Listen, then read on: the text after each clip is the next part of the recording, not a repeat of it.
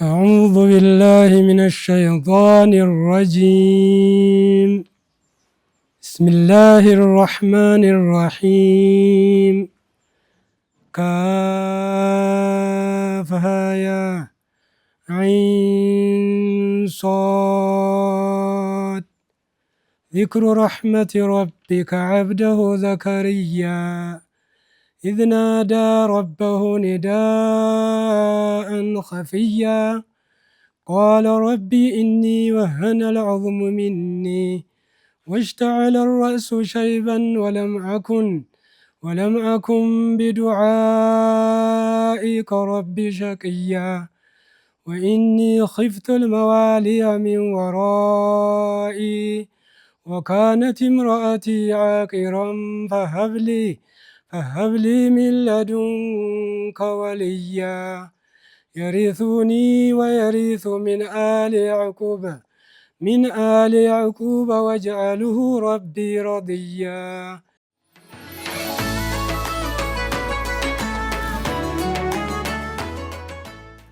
ስሜ መሐመድ ኑር አህመድ ሸሪፍ። እኔ የትውልድ ሀገሬ ከደቡብ በጃ ወረዳ ነው። በልጅነት 15 ዓመት ሳይሞላኝ ወደ 10 ዓመት ሲሞላኝ ወደ ቁርአን መድረሳ ገባ። ለፍዘል ቁርአን የት ይባላል? ወደ ጭካ ይባላል። ወለኔ ውስጥ ነው፣ ከኢንጊ መስመር። እዛ ጨርሼ ወደ ገደባ ነው የሚባል ደግሞ በቅርብ ያለፉ ሼህ መሐመድ ጋር እስከ ተፍሲር ቀራሁ።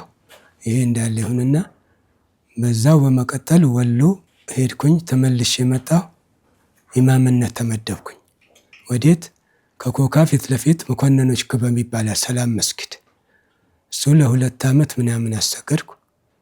ከዛ በፊት ደግሞ ገደባ ነው ያልኳቸው ገጠር ለ10 ዓመት የፊቅህ ሼክ የነበሩ ሳሰግዳቸው ቆየሁ። ከዛ ተነስቼ ወደ ኮካ መጅሊሱ በደብዳቤ ቀጠረኝ። አሁን ከኮካ ከጀመርኩ 18 ዓመት ይዣለሁ። ከዛ በፊት 2 ዓመት አለኝ ሰላም መስጊድ። ይህንን አድርጌ አሁንም ያለሁበት እስካሁን ድረስ ያኮካ ላይ በኢማምነት ኸጢብ ሆኜ በኢማምነት ሳገለግል እገኛለሁኝ።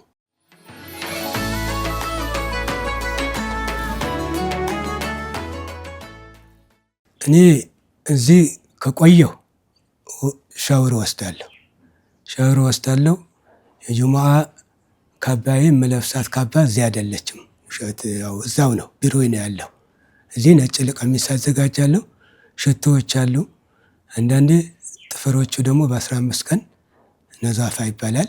አኽዙ ዙፍር ሐዲሱ እንደዘገበው ይህ ነገሮችን ከሰውነቴ ላይ ጀምሮ ይህንን አጠናቀቃና አስወግዳለሁ። ያንን ሱና ለብሼ ሽቶ አለኝ ቤት አለ ተቀመጠ። ሽቶዬን አርጌ ነጭ ልብስ ያለኝን ለብሼ ጉዞ ጀምራለሁ።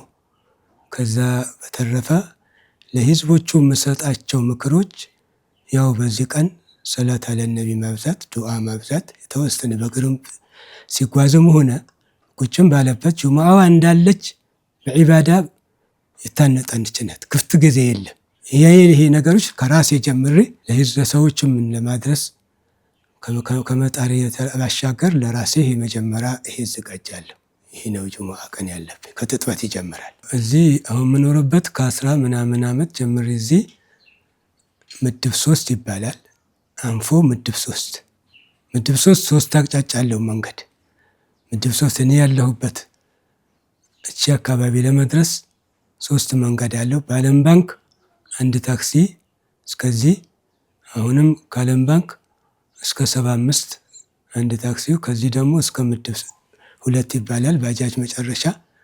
በዚህ በእንትን ከሆነ በታክሲ በዚህ ደግሞ በቀራኒዮ መንገድ ከዚህ ከምድብ 3 ወደ 105 ታክሲና ባጃጅ ያለበት ድረስ በእግር ነው የምሻገረው። እሱ መንገዱ ቢያንስ 20 ደቂቃ፣ ያው ዳገትም ወጣ ገባ ወንዝም አለው። ቢያንስ ባጭሩ 20 ደቂቃ ይጠይቃል። ከዛ እኔ ይሄንን ደግሞ ለመቀነስ ራሴ ያው ካለሁበት ሁኔታ ዝም ብዬ እንደውም ከመኪና አቅጣጫ ሳይሆን በዚህ በኩል ወይ ውስጡ ለውስጥ መንገድ እስከ ቀራኒዮ እግር የቻልኩ እስከዛ 1 ሰዓት ይፈጅብኛል።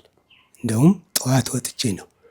ሌላ አንዳንዴ በእንግዳ ምክንያት በሆነ ካረፈድኩ እንግዲህ ያው በዚህ ቀጥታ ታክሲ ካገኘሁ ምደርስበት 30 ደቂቃ በታክሲ ከሄድኩ ከዚህ ያለው እግር ጉዞ ቀንሼ ማለት ነው። እንደዛ ሆኜ ቢያንስ ኮካ እስከምገባ ድረስ ከእግር ጉዞ ስደምረው 1 ሰዓት ተኩል ያው ባጭሩ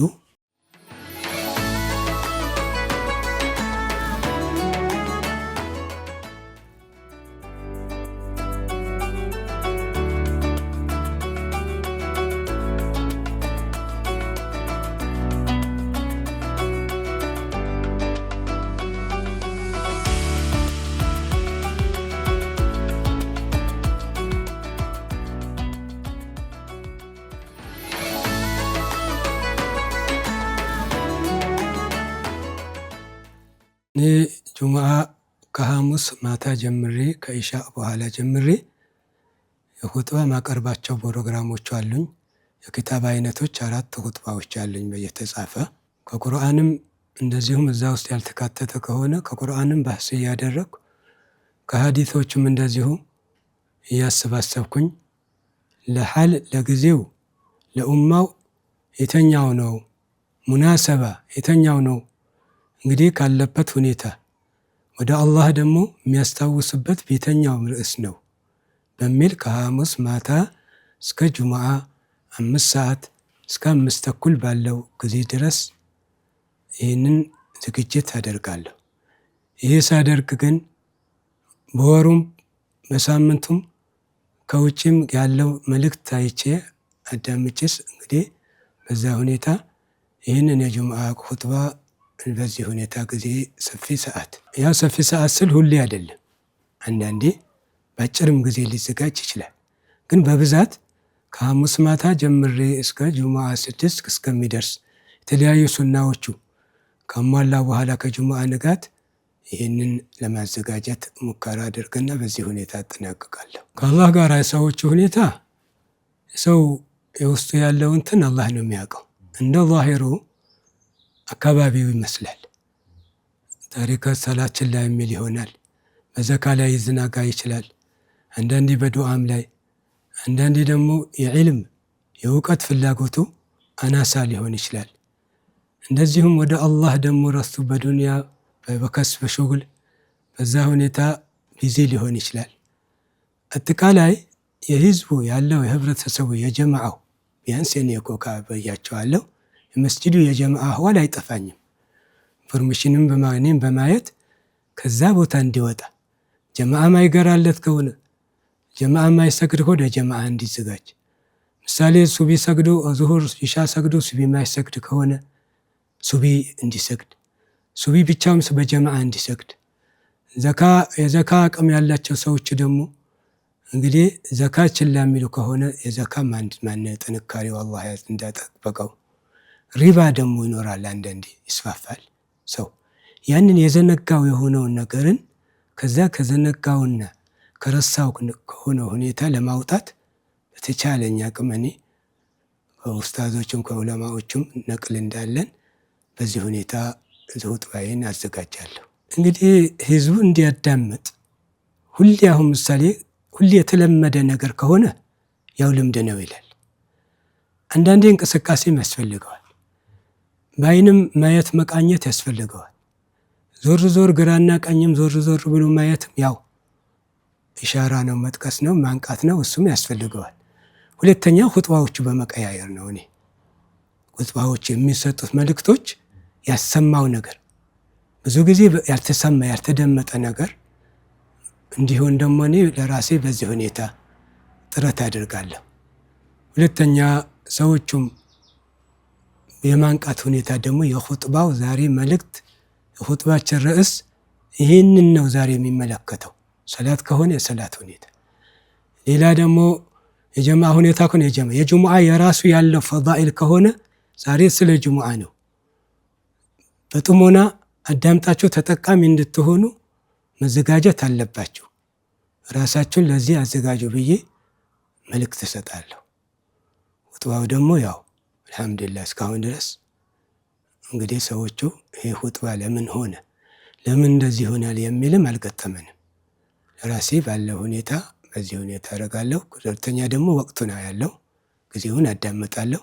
የወጣቶች ሁኔታም ወጣቱ ምን ይፈልጋል? አሁን ሰው ወጣት ነው፣ ለመስጂዱ ገንቢ የሆነ አንዳንዴ የገጠመኙ ምንድን ነው? ሰው አርፍዶ ይመጣና አርፍዶ መጥቶ ደግሞ አወል ሰፍ ሁለተኛ ሰፍ ለመድረስ ይድኮክራል። የሰው ትከሻ እየተረማመደ ያንን በመሃል ይሄ ተህዚር እናደርጋለን። ረሱል ሰለላሁ ዐለይሂ ወሰለም ተህዚር አደረጉ ነበር።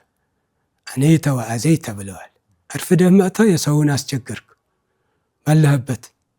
ይህ ነገሮች ያው ካለማወቅም የተነሳ ይህንንም እንከላከላለን። ሁለተኛ ገጠመኝ እስካሁን የገጠመኝ ይሄ ነው። ወላሁ አዕለም።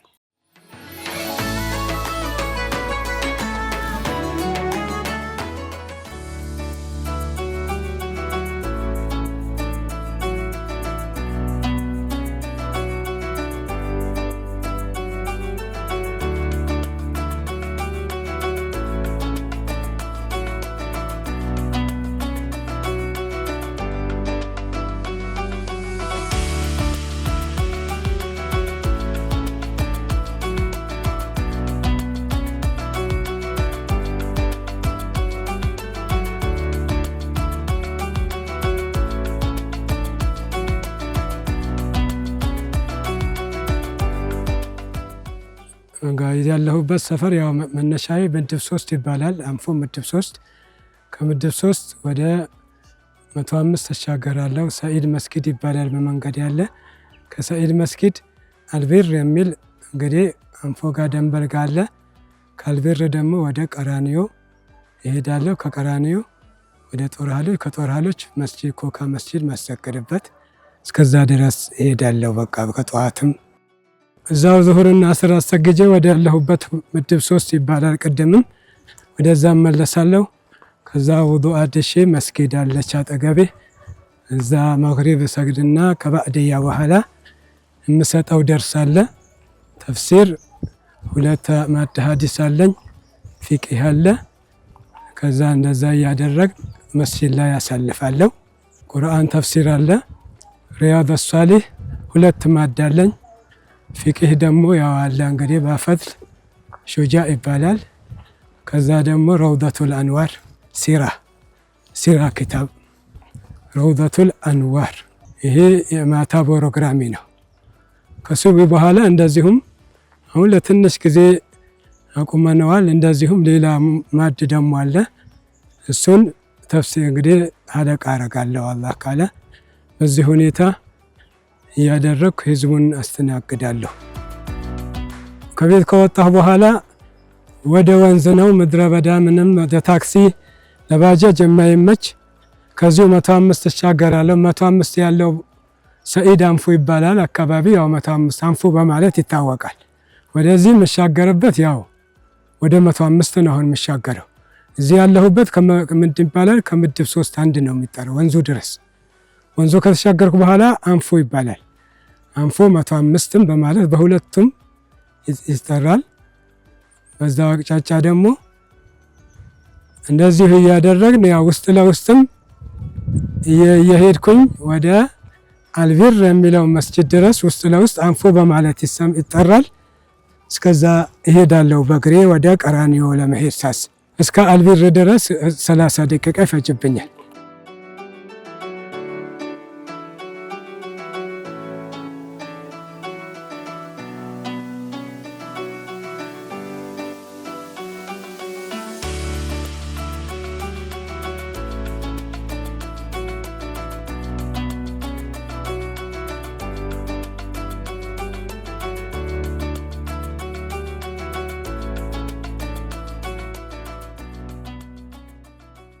አሁን በዚህ 105 እንግዲህ ታክሲ ጋር 105 እንሄዳለን። ሰፈሩ አንፎ ይባላል። 105 እንሄዳለን በዚህ ቀጥታ። ከዛ ወደ ቀራኒዮ ወደ አልቢር የሚለውን እንሄዳለን እንደገና ወደ ታች። ስሜ መሐመድ ኑር አህመድ ሸሪፍ ይባላል። የተወለድኩበት ደቡብ እዣ ወረዳ ነው። እዣ ወረዳ። ከዛ ከልጅነቴ ቁርአን ለፍዘል ቁርአን ጀመርኩ። ጬካ በሚሉት ይንጌ ጬካ። ከዛ ጨርሰን እስከ ሚንሃጅ። ከዛ ወደ ሌላ ገደባ ነው ቀየርኩኝ። እስከ ተፍሲር እስከ ፈትወል ጀዋድ። ከዛ ወደ ወሎ አመራሁ።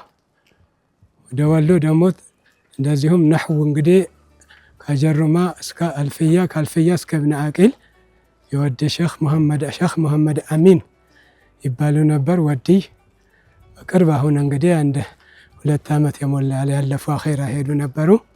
እዛ አሳልፍ ያለው ከ15 ከ10 ዓመት በላይ እዛ ወዲ አሳልፍ ያለው ቃሉ ይባላል ወሎ ሀገር ማለት ነው።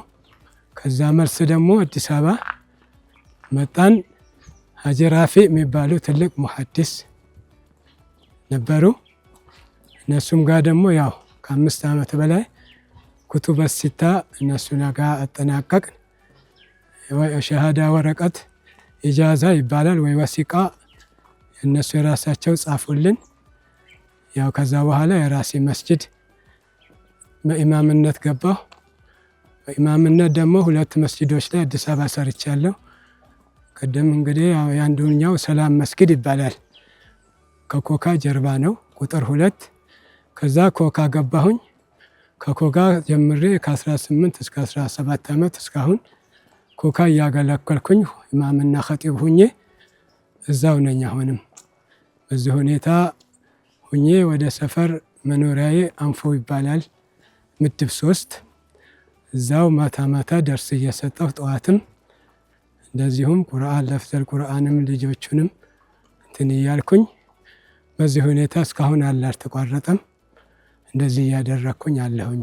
ሰፈር ውስጥ ማስቀራው አንዱ ተፍሲር ነው፣ አንዱ ሪያድ ሷሊህ 2 ማዳ አለኝ። አንዱ ደግሞ ያው እንግዲህ ከፊቅህ በኩል ደግሞ ሹጃዕ ወፈድል ይባላል። ሁለተኛ ደግሞ ከሲራ በኩል ረውደተል አንዋር ሲራ ነው። እሱን ነው እስካሁን ማስቀራው ሲራ ረውደተል አንዋር። ችግሩ ያው አንድ የታክሲ ችግር ነው፣ ትራንስፖርት ችግር ነው። ትራንስፖርቱ ራሱ ቢኖርም አንድ የክፍያ ሁኔታ ከኔ አቅም ጋር አይሄድም። የኢማም የሚከፈለው ሁሉም ያውቀዋል። ያው እሱም እንዳለ ሆኖ ቤትም ያው ልጆቹም አሉ። ግን አብሶም ክረምት ሲሆን ተለየ ከሰፈር ጀምሬ ጭቃ ነው። ያው ሰፈሩ ቪስታ መንገድ ነው። የጭቃም የዝናብም እንዳለ ሆኖ ያው ዋናው የትራንስፖርት ነው። ሁለተኛ ያችን የሚገኘውም ነገር ደግሞ ያው ወራዊ አስቤዛም ስላለ ልጆችም ደግሞ አልሐምዱሊላህ አላህ ያሰጠን ከኔ ከራሴ ከባለቤቴ 8 ቤተሰቦችን ያሳድጋለሁ።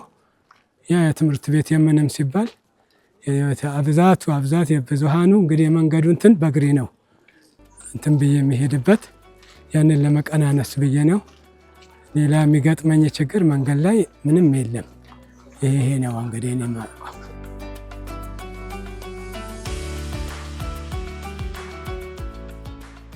አሁን ያው ቅድም እንዳልኳችሁ ያው ካለሁበት ከምድብ 3 አሁን አንፎ አደባባይ 105 ያለንበት 105 ነው። ታክሲ ጋር ደርሰናል።